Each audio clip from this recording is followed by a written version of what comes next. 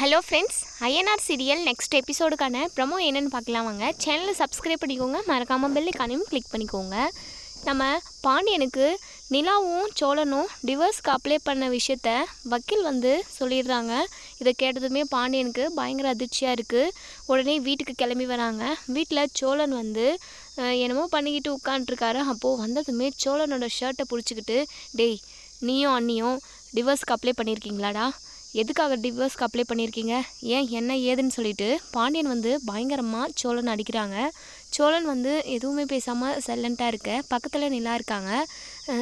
நிறுத்துங்க, அவருக்கும் இதுக்கும் எந்த சம்மந்தமும் இல்லை, நான் தான் டிவோர்ஸ்க்கு அப்ளை பண்ண சொன்னேன் அப்படின்னு சொல்கிறாங்க.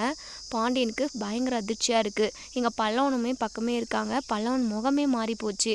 உடனே பாண்டியன் எதுவுமே பேசலை. எங்கள் பல்லவன் அழுகுறாங்க.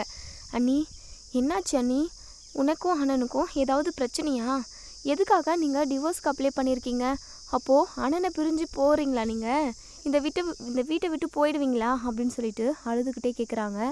எங்கள் நிலாவும் எல்லா உண்மையுமே சொல்கிறாங்க. உங்கள் எல்லாருக்குமே சொல்கிறேன், இந்த வீட்டை விட்டு நான் போய் தான் ஆகணும். ரொம்ப நாளைக்கெல்லாம் நான் இந்த வீட்டில் இருக்க முடியாது.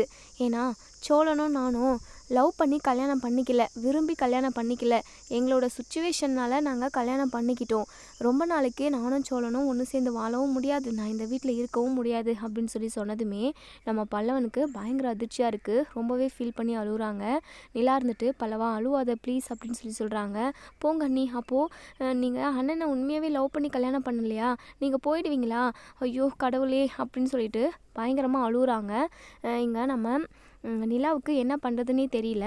பல்லவனுக்காக நம்ம நிலா அந்த வீட்டிலே இருக்கணும், சோழனை தன்னோட ஹஸ்பண்டாக ஏற்றுக்கணும் அப்படின்னு நினைக்கிறவங்க இந்த வீடியோவுக்கு லைக் பண்ணி கமெண்ட் பண்ணி தெரிவிங்க.